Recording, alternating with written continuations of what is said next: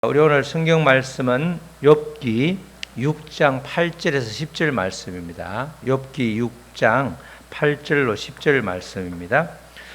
구약 성경 766쪽에 있는데 욥기 6장 8절로 10절, 욥이 엘리바서의 그런 여러 가지 장황한 주장을 듣고 이제 자기 입장을 설명하는 그런 내용 중에 일부인데, 우리 한 절씩 번갈아 읽겠습니다.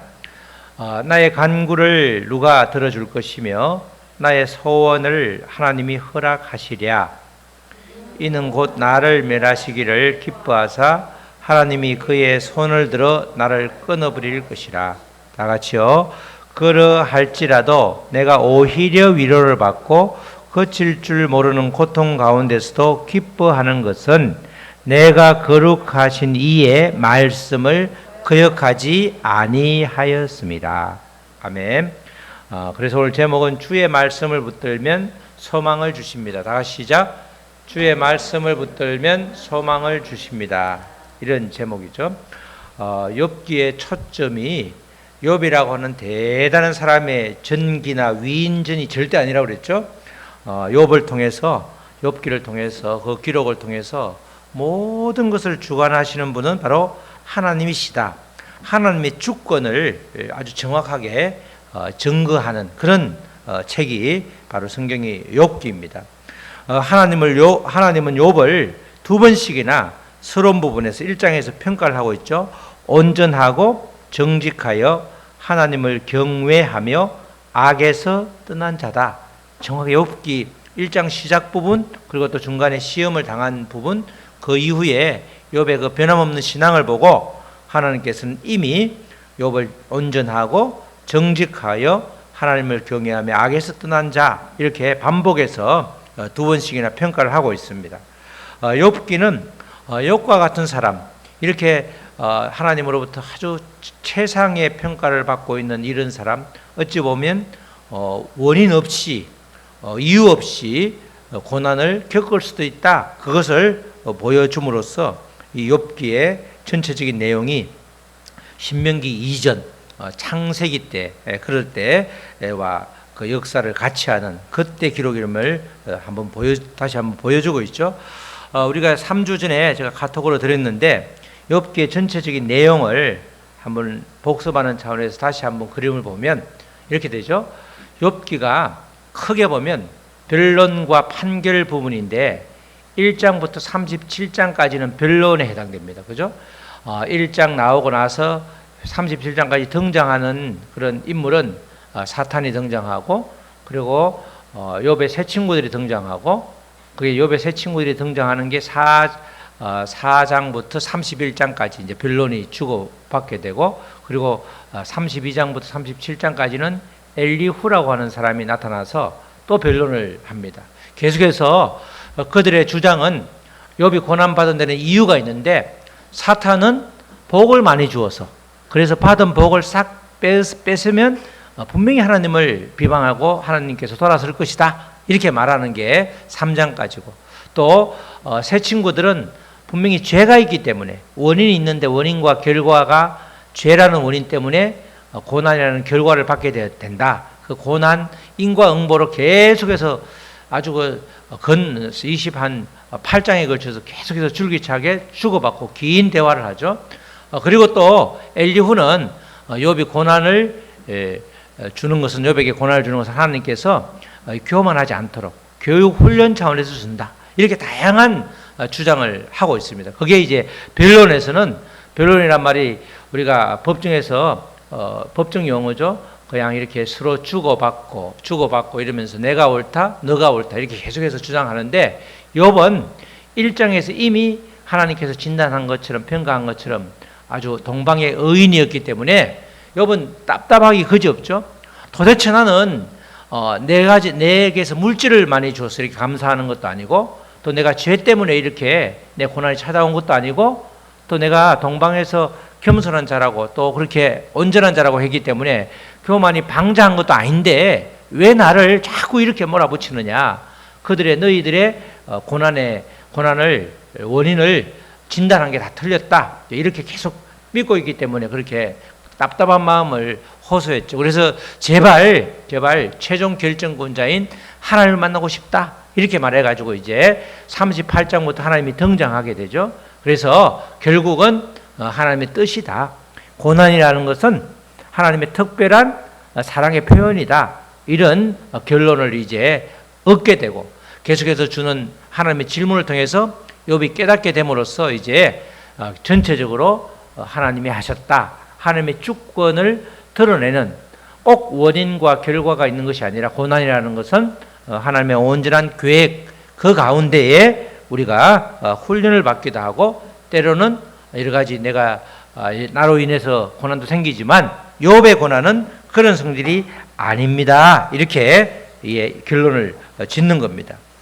이렇게 그림에서 보다시피 정확하게 전체적인 주장 그리고 마지막에 하나님께서 마무리를 하는 그런 이야기가 바로 욥의 내용이죠. 1장에서 욥은 정말 정직하다 또 온전하다 그렇게 평가를 했고 마지막 42장에서는 욥의 세 친구들을 앞에 놓고 아주 하나님께서 노하시죠. 그러면서 너희가 나를 가리켜 말한 것이 내 종 욥의 말같이 옳지 못하다. 결국은 세 친구의 주장 변론이 틀렸고 욥이 옳았다. 그렇게 손을 들어주는 겁니다. 이게 1장과 42장을 우리는 이미 알고 있기 때문에 그 중간에 변론을 들으면서 이렇게 욥이 결국은 욥의 주장이 옳았구나. 우리가 욥을 중간에 그 세 친구들과 한편이 되어서 정죄하고 판단할 것이 아니라 욥이 결국은 옳은 거구나. 욥이 왜 옳았느냐? 욥이 왜 그렇게 답답한 마음이 엄청나게 심했음에도 불구하고 버틸 수 있었느냐? 그것에 대한 아주 핵심적인 내용이 오늘 본문 말씀입니다. 이렇게 하나님께서는 욥을 통해서 정말 어떻게 하면 우리가 이렇게 하나님께 온전히 설 수 있는가 그 모든 것들을 알려주고 있습니다. 욥기는 욥을 시험하는 과정에서 그 찾아온 고난, 그 고난의 원인에 대해서 사람들마다 다 진단이 제각각이라는 거죠. 이렇게 사탄도 또 욥의 세 친구도 또 이렇게 엘리후도 그들의 주장을 보면 다 옳죠. 그들의 주장이 틀린 게 아닙니다. 왜냐하면 그들의 경험에서 말했지만 들어보면 전혀 엉뚱한 말이 아니라 충분히 이해가 가는 수긍이 갈 수 있는 그런 이야기임에도 불구하고 욥의 상황을 객관적인 상황 또 욥이 맞닥뜨리는 그 상황을 전혀 아주 고려하지 않고 자기들 주장만 하기 때문에 엇박자가 계속해서 나는 거죠.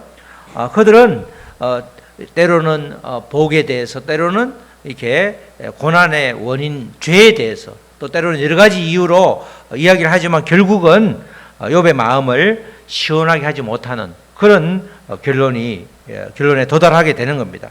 욥이 받게 되는 고난은 사실은 그 어떤 이유가 있는 것이 아니라 원인이 없는 이유가 없는 고난이었다. 우리는 늘 그냥 성경 말씀을 듣고 보고 여러 가지 말씀을 통해서 반드시 죄를 강조하다 보니까 죄 때문에 모든 것이 다 발생했다라고 말하기 쉬운데 욥기는 그렇지 않을 수도 있다. 꼭 죄로 인해서 고난을 받는 게 아니다. 그렇기 때문에 우리가 고난 받는 사람들을 말할 때 함부로 말해서는 안 된다는 거죠. 뭐 죄 때문에 저렇게 뭐 큰일을 당했고 죄 때문에 이렇게 말할 수 있는 성질이 아니라는 겁니다. 욥기는 그런 정확한 뜻을 가지고 기록된 말씀이죠.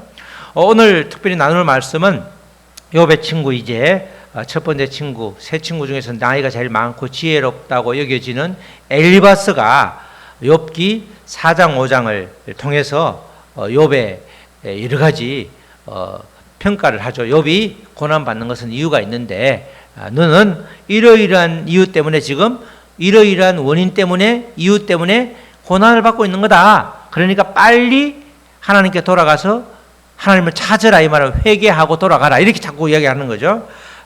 인과응보를 아주 끔찍하게 아주 신뢰하면서 욥의 그 엄청난 고난을 자꾸 그 원인을 진단하면서 답을 내주는 자기가 처방을 해주는 그런 모습을 보이고 있습니다.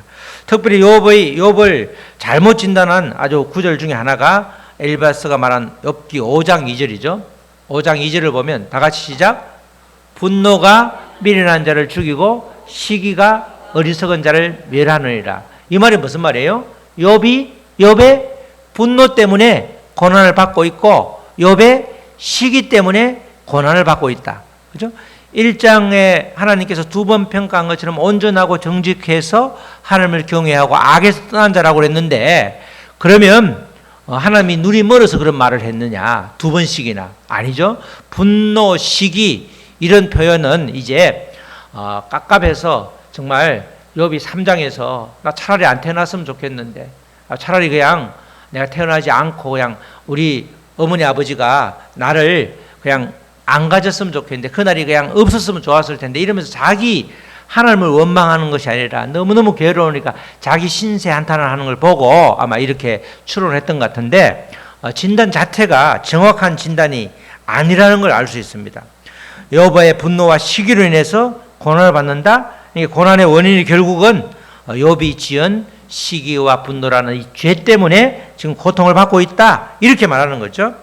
엘리바스는 욥의 상황에 관심이 없는 듯한 말을 그렇게 계속해서 쏟아내고 있습니다.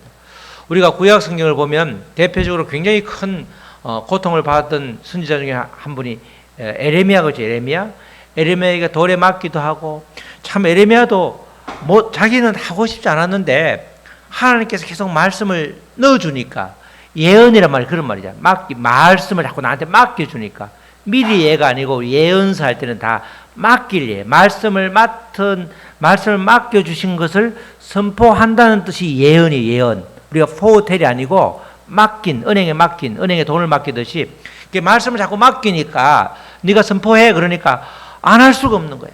마치 우리가 일제시대 때 36년간 어차피 우리가 고난 때문에, 우리의 죄 때문에 고난을 받게 되었으니까 일본의 식민지 통치 받으면서 잘 먹고 잘 살다가 36년 뒤에 해방하면 그때 그냥 자유롭게 자유생활을 해. 이 말하고 똑같다니까. 70년 동안 그냥 그 먼 타국 땅 자기는 가지도 않으면서 거기 바벨론에 끌려가서 땅 사고 농사 짓고 잘 살아. 그러고 나서 70년 후에 다시 해방시켜주면 본국으로 돌아오라. 이렇게 말하니까 나름대로 조금이라도 애국심이 있는 사람은 가만히 두지 않죠.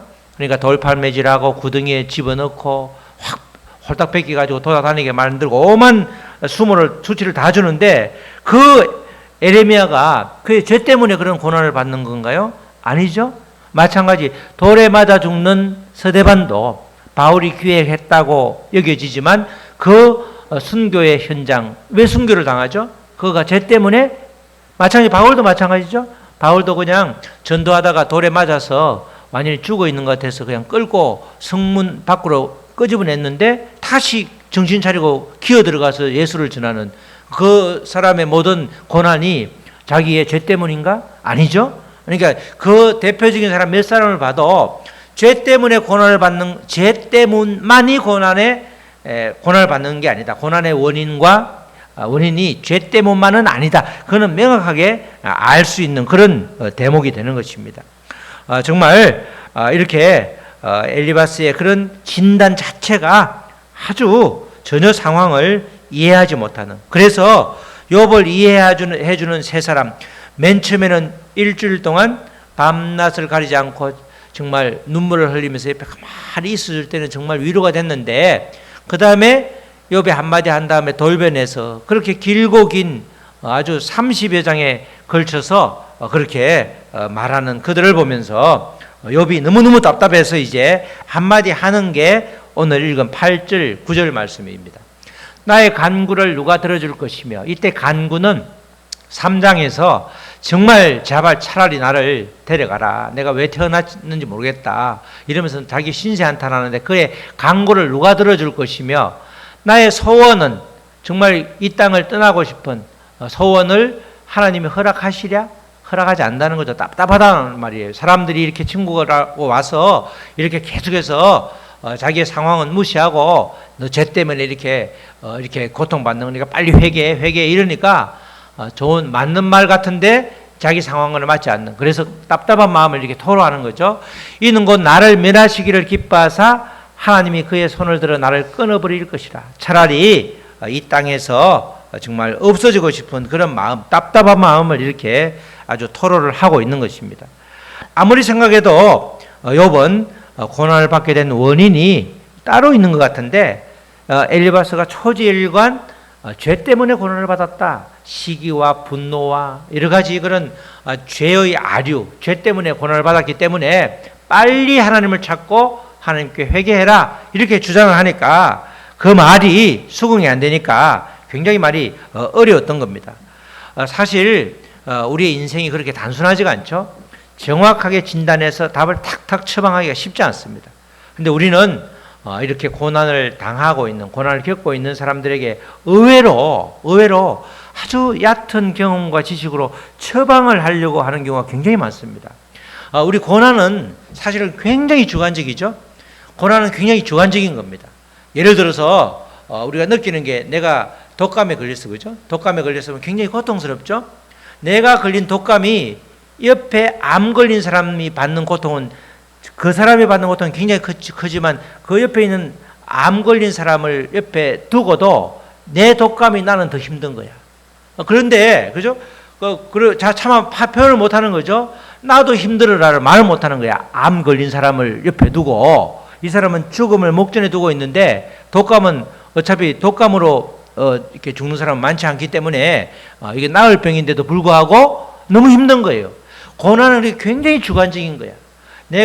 그래서 우리가 늘 예수를 믿지 않고 자수성가한 사람하고 남자가 자수성가했다 그러면 결혼하는 걸 좀 깊이 하라고 그러잖아요. 그죠? 웬만하면 그도 못 참냐고. 그러죠? 웬만하면 그걸 아프다고 그러냐고. 제가 가끔 이제 음사를 부릴 때가 있죠. 좀 조금 아프면 잘 못 참아서 아야 그러면 우리 아내가 왜 그러냐고. 자기는 더 아파봤는데 아무것도 아니라고 그러면 굉장히 서운하죠. 난 진짜 아파서 그러는데, 난 정말 진짜 아픈데 한마디 해주기를 바라는데 그렇게 아파? 이렇게 어린애만 호 불어주듯이 관심을 가져달라는데 그렇게 말하면 굉장히 서운하더라고. 근데 그렇게 말할 수 있는 거죠. 나로서는. 왜냐하면 고난은 지극히 주관적이라니까. 근데 지금 욥이 받은 고난은 굉장히 주관적인데 친구들은 자꾸 객관적으로 말하는 거야. 욥의 입장에서 말하는 것이 아니고 자기의 경험과 지식으로 계속해서 말하는 거예요. 그냥 자기가 보니까 일반적으로 주변 사람들, 모든 사람들이 고난을 받는데 원인이 있더라는 거예요. 그 원인을 자기가 찾다 보니까 네가 죄 지은 거야. 네가 모르게 지었지만 죄 때문에 이런 거라고 회개하라고 계속 이렇게 말하니까 욥으로서는 굉장히 어려운 겁니다. 고난을 겪고 있는 그 사람의 상황에서 고난의 문제를 접근할 때에 지금까지 내가 경험한 여러 가지 경험한 것들, 또 나의 지식으로 말하는 것, 그것이 옳을지는 몰라요. 맞는 말일지는 몰라도 그 사람한테는 전혀 위로가 되지 않는 거죠. 지금 엘리바스의 말이, 또 다른 친구들의 말이 이런 유의 말이 되는 겁니다. 그들이 말한 말을 가만히 들어보면 하나도, 그죠? 하나도 틀린 말이 아니죠?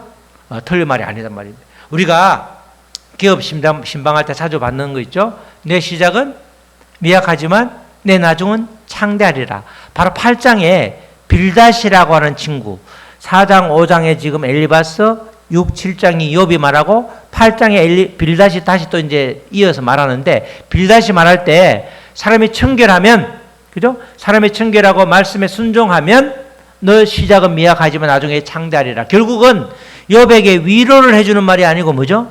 욥은 지금 1장과 42장에 욥이 옳다고 그랬잖아요. 빌닷이 틀린 거예요. 틀린 말을 하고 있다는 걸 우리가 이미 알고 있잖아요. 우리는 성경 전체를 알고 있기 때문에. 빌닷이 그렇게 말한 것은 욥을 평가하고 욥을 진단하면서 욥을 계속해서 이렇게 아주 그 위로라기보다는 오히려 마음을 힘들게 하는 그런 내용이라는 거예요. 그 말씀이 빌닷이 한 이야기가 아무리 우리가 그냥 보면 맞는 말이니까, 정확하게 맞는 말이니까 우리가 그걸 기업 신방에 모르고 쓰잖아. 그 말 좋지 않아요? 시작은 미약한데 나중은 창대하리라. 지금은 장사를 처음 하는데 지금은 손님이 별로 없는데 나중에는 바글바글 해가지고 떼부자가 된다, 갑부가 된다. 얼마나 듣기가 좋아. 근데 실제로는 그 내용이 맞지만 욥에게는 전혀 맞지 않는 말이라는 거예요. 이렇게 우리가 그런 실수를 우리가 생각보다 많이 합니다, 보면. 그래서 이렇게 위로가 되기 위해서는 그렇게 말하는 것보다 하나님의 마음으로 그 사람의 입장을 이렇게 생각해주는 그게 정말 우리가 어려운 것 같아요. 부부 간에도 또 여러 가지 우리 관계 가운데서도 상대방의 입장을 조금만 생각해주면 훨씬 더 부드러워질 수 있는데 그렇게 되지 않는 모습, 저도 그런 모습을 자주 보는데 실제로 이렇게 욥의 세 친구들이 욥의 상황을, 욥의 주관적인 상황을 정확하게 이해하고 그의 입장에서 욥이 대단한 이제 겪고 왔지만 정말 아주 털끝 하나, 아주 먼지 하나 안 날 정도로 참 아주 똑바른 친구인데 우리가 정말 이런 경우에는 하나님의 뜻이 있지 않을까? 이렇게 좀 접근을 하면 좋은데 자기의 생각대로 자기의 경험대로 말을 하다 보니까 이렇게 욥에게는 위로가 되지 않고 오히려 아주 답답하고 정말 아주 너무너무 힘든 그런 일이 있다는 겁니다. 지금 엘리바스는 욥의 특수한 상황을 고려하면서 그에게서 고난의 원인을 찾는 정죄함 대신에 하나님의 도우심을 선포하고 위로했으면 좋았을 텐데. 우리도 우리에게 하는 말이죠. 우리가 고난을 겪고 있는 사람에게는 하나님의 그런 도우심을 선포하고 위로하고 이제 터널의 끝이 얼마 안 남았으니까 조금만 참아보면 어떻겠냐고 그렇게 말하든지 아니면 그냥 말하지 않고 손만 잡아주든지 그런 모습이 우리에게 있어야 되는 거죠. 욥은 계속해서 나의 생각을 뛰어넘는 그 초월적인 하나님이 계신다. 그것을 인정하기 때문에 자기에게 닥친 엄청난 고난에도 하나님을 향하여 삿대질하거나 비난하거나 비방하지 않았죠. 고난의 근본적인 문제는 결국은 하나님이 지고 있기 때문에 하나님의 뜻이다, 하나님의 뜻일 거야 이렇게 생각하면서 또 그렇게 받아들이면서 나아갈 때에 우리는 하나님이 우리를 향한 각자의 계획을 알 수 있다는 겁니다. 엘리바스처럼 눈에 보이는 것에만 집중하게 되면 초월적인 하나님의 세계보다는 스스로가 겪은 그런 경험을 기준으로 말하게 되는 것입니다. 그런 말들은 맞는 말이지만 전혀 위로가 되지 않는다. 그것이 정말 중요한 거죠. 우리가 오늘은 암 이야기를 하죠. 지금 우리가 예배드리는 우리 중에도 우리 조건사님처럼 암에서 고침받은 사람이 있잖아요. 암에서 걸려서 나은 사람이 지금 현재 암에 걸린 사람에게 암 그거 별거 아니야. 그냥 감기처럼 쉽게 낫더라. 마음을 암한테 지지 마. 그냥 암을 묵상하지 마. 나봐. 이러면 위로가 되죠. 근데 멀쩡한 사람이 막 헬스를 해서 막 우락부락하고 건강에 팔뚝 이런 사람이 암 걸린 사람한테 암 그거 별거 아니에요. 이러면 잘못하면 빰 맞죠. 잘못하면 우리 예수 안 믿는 사람한테는 도대체 뭐냐고, 너 도대체 뭐 하는 사람이라고 욕 실컷 얻어먹을 거야. 아무런 경험이 없던 그런 사람이 요즘 의술이 좋아서 암 별거 아닌데 이런 사람은 오히려 그렇게 말하면 위로보다는 반감이 일어나게 되는 겁니다. 지금 엘리바스와 그 친구들이 하는 이야기가 전부 이런 종류입니다. 욥의 개인적인 상황을 전혀 위로하지 않으니까 오히려 상처만 계속해서 내게 만드는 그런 일들이 진행되고 있죠. 이런 와중에서 이제 욥이 이러한 고난을 이길 수 있는 아주 결정적인 고백을 하는데 그게 욥기 6장 오늘 읽었던 10절 말씀입니다. 그러할지라도 내가 오히려 위로를 받고 그칠 줄 모르는 고통 가운데서도 기뻐하는 것은 내가 이렇게 지금 버티는 것은 나는 죽음이 두려운 것이 아니다. 내가 지금 버티고 있는 것은 내가 거룩하신 이의 말씀을 거역하지 아니하였습니다. 이게 아주 핵심입니다. 핵심.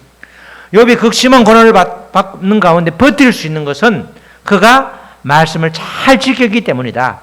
욥이 이런 고통을 겪으면서 끝까지 삶을 포기하지 않은 이유는 하나님의 말씀이 결국 그를 버리지 않는다는 그 믿음 때문에 그가 지금 버티고 있고 말씀을 붙들고 살았기 때문에 지금 어찌 보면 친구들이 아무리 말을 해도 순간순간에 정말 그만뒀으면 좋겠다. 이 땅의 삶을. 그렇지만 끝까지 버티는 이유는 하나님께서 지켜주신다는 말씀을 거역하지 않았기 때문에 말씀을 믿고 순종하였기 때문에 나를 지켜준다는 그 소망이 그에게 있었기 때문에 이렇게 버틸 수 있는 거죠.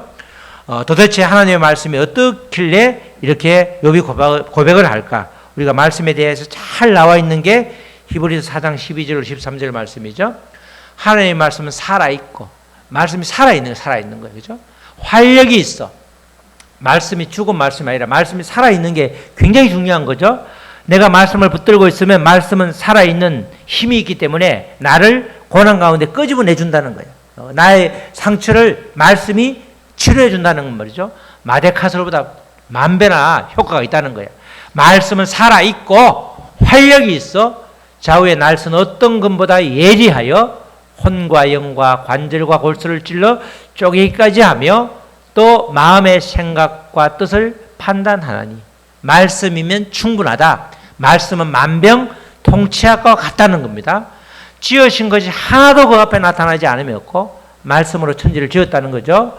우리의 결산을 받으실 이의 눈앞에 만물이 벌거벗은 것 같이 드러나리라. 말씀을 통해서 우리의 모든 치부가, 우리의 부끄러움이 말씀을 통해서 드러나게 된다는 거예요. 그러니까 말씀이 나를 완전하게 치유하고 그리고 나를 온전하게 이끌어주고 끝까지 나를 지켜준다. 왜? 말씀은 생명력이 있고 말씀은 그만큼 능력이 있기 때문에 그렇다는 거죠. 우리가 육신의 상처는 그냥 병원에 가서 치료하든지 드레싱을 하든지 약을 바르면 되는데 마음의 상처는 그 드러날 때 상처가 치유가 되죠. 그래서 우리가 믿음의 사람들끼리 나누는 고백이 중요한 거예요. 중요한 거. 그죠? 중요하기 때문에 깊게 우리가 말씀을 우리 여성교회처럼 믿음의 공동체에서 말씀을 나누기가, 말씀은 나누는데 대부분 다 자기의 여러 가지 좀 옛날에 받은 상처는 감출 때가 많잖아요. 이거 내가 이야기했다가 모든 사람한테 어떻게 나를 쳐다볼지 후환이 두려워서 감출 때가 많다는 거예요. 그런데 이제 말씀에 서로가 신뢰하면서 위로를 받게 되면 서로 나누려고 하는 거야. 나 옛날에 이런 일이, 이런 부끄러운 일이 있었는데, 이런 상처가 있었는데, 여러분들 나를 기도해 주세요. 상처를 이렇게 드러내주면 치유가 되는데 가장 좋은 방법이 말씀을 통해서 내 안의 것이 드러나게 되면 이게 나쁜 것은 없애버리고 좋은 것은 이렇게 또 다시 이렇게 발전하는 그런 역사가 있다는 거예요. 그 말씀이 이런 말씀이죠. 이런 말씀을 욥이 믿었기 때문에 또 지켰기 때문에 지금 엄청난 고난, 이유를 알 수 없는 이 엄청난 혹독한 고난 앞에 정말 우리 누구에게 100이면 100 이런 고난을 당하면 정말 일어서면서 욥처럼 고백할 사람이 한 명도 없을 수 있는데 이런 욥이 버틸 수 있는 것은 친구들이 와서 계속해서 이렇게 막 찌르고 환부를 아픈 데를 더 생채기를 내도 버틸 수 있는 것은 말씀을 자기가 거역하지 않았기 때문에 말씀에 대해서 그만큼 말씀을 통해서 하나님과 소통이 완벽했기 때문에 그렇게 버틸 수 있었다 이렇게 말하는 겁니다. 초월적인 하나님께서 약속하신 말씀이 그대로 이루어지는 것을 믿었기 때문에 말씀은 결코 나를 배반하지 않는다. 우리가 지금 보면 뭐 옛날에 탄핵할 때도 박근혜 정부 탄핵했을 때 믿었던 국회의원들이 몇 명만 똘똘 뭉쳤으면 탄핵을 안 받았을 텐데 탄핵은 대통령 탄핵은 함부로 되는 게 아니죠. 국회의원의 3분의 2가 찬성하는 건 쉬운 게 아닙니다. 그렇게 내부자에서 등을 돌려야지 탄핵을 받기 때문에 그 배신 아니에요, 배신? 엄청나게 마음이 힘들었을 거란 말이죠. 그러나 그런 배신, 우리는 정말 믿어서 부부간에도 배신할 때가 있잖아요. 그죠? 정말 내가 이 세상에 너밖에 믿는 사람이 너만은 믿는다. 그자도 배신할 때가 있잖아요. 그런데 말씀은 절대로 그럴 일이 없다는 거예요. 그래서 지금 말씀을 붙들고 욥이 이렇게 버틸 수 있는 것입니다. 욥은 죽는 것이 두렵지 않은데 결국은 이 말씀을 놓칠까봐 그것을 가장 두려워하고 있는 거예요. 우리도 이럴 때 모든 문제는 해결하시는 해결자가 주님이기 때문에 주님이 주신 말씀을 붙들면 우리의 모든 문제가 해결될 수 있다는 거죠. 말씀대로 살고 있는 욥이기 때문에 절박한 상황에서도 이런 믿음의 고백을 할 수 있는 것입니다. 욥처럼 말씀을 붙들고 살면 이런 엄청난 위기와 고난이 온다 할지라도 소망 가운데 결국은 그 터널을 빠져나오게 된다는 것입니다. 우리에게 고난이 깊어질수록 내가 더욱더 말씀을 붙들고 그렇게 나아가면 반드시 욥처럼 비록 고난의 원인이 죄가 아니라 할지라도 우리는 죄가 있다 할지라도 그렇게 말씀을 붙들면 주님께서 이끌어 주시는 거죠. 우리 사랑하는 성도 여러분, 우리는 너나 할 것 없이 고난을 겪습니다. 지금 이 순간에도 우리 중에는 고난을 겪고 있는 분이 계실 수 있죠. 우리가 겪는 고난의 원인은 그렇게 단순하게 말할 수 있는 것이 절대로 아니라는 겁니다. 그렇기 때문에 어설프게 고난의 원인을 진단하고 처방해 주는 것 굉장히 위험할 수 있는 것입니다. 욥의 세 친구의 말은 전부 다 맞는 말을 하고 있지만 그러나 욥에게는 전혀 위로가 안 되고 있습니다. 맞는 말을 하면 위로가 돼야 되는데 맞는 말을 했음에도 불구하고 위로가 안 된다는 것은 고난은 지극히 주관적이기 때문에 그 사람의 입장을 자꾸 생각하면서 접근할 때에 답이 나오고 위로가 된다, 그런 뜻이 되는 거죠. 욥이 반론하는 그 밑바탕에는 초월자 하나님이 계신다는 그 믿음이 깔려 있는 것입니다. 나를 뛰어넘는 그 하나님이 계시기 때문에 고난을 주시는 정확한 이유는 하나님만 아신다. 그게 정답이라고 할 수 있는 것입니다.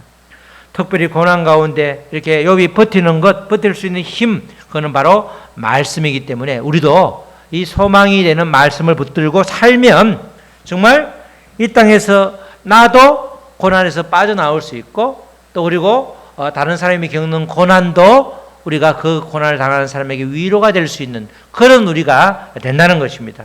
정말 우리 모두 이런 욥기의 말씀을 통해서 정말 말씀을 통해서 소망을 얻는, 그래서 진정한 위로자가 되는 저와 여러분 되시기를 주님의 이름으로 축원합니다.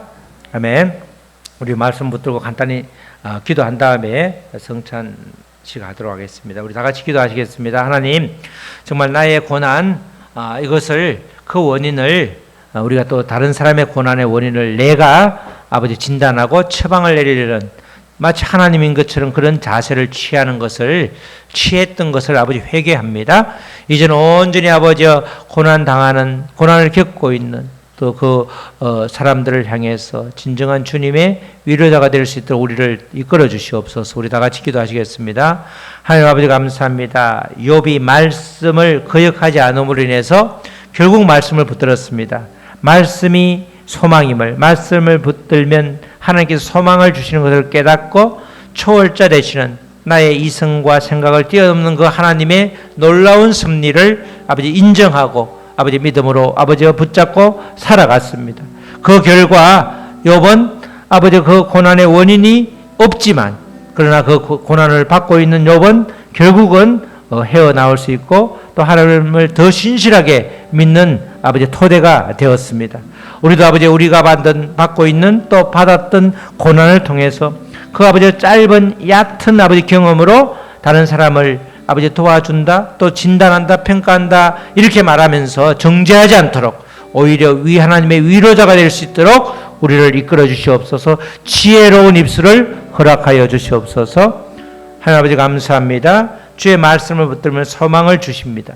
욥이 그랬던 것처럼 우리도 말씀을 거역하지 않으므로 어떤 극심한 고난 가운데 있을지라도 결국은 주님이 해결하심을 믿고 나아가는 믿음의 귀한 아버지 용사리 될수록 우리를 축복하여 주시옵소서. 감사하며 예수님의 이름으로 기도드렸습니다. 아멘.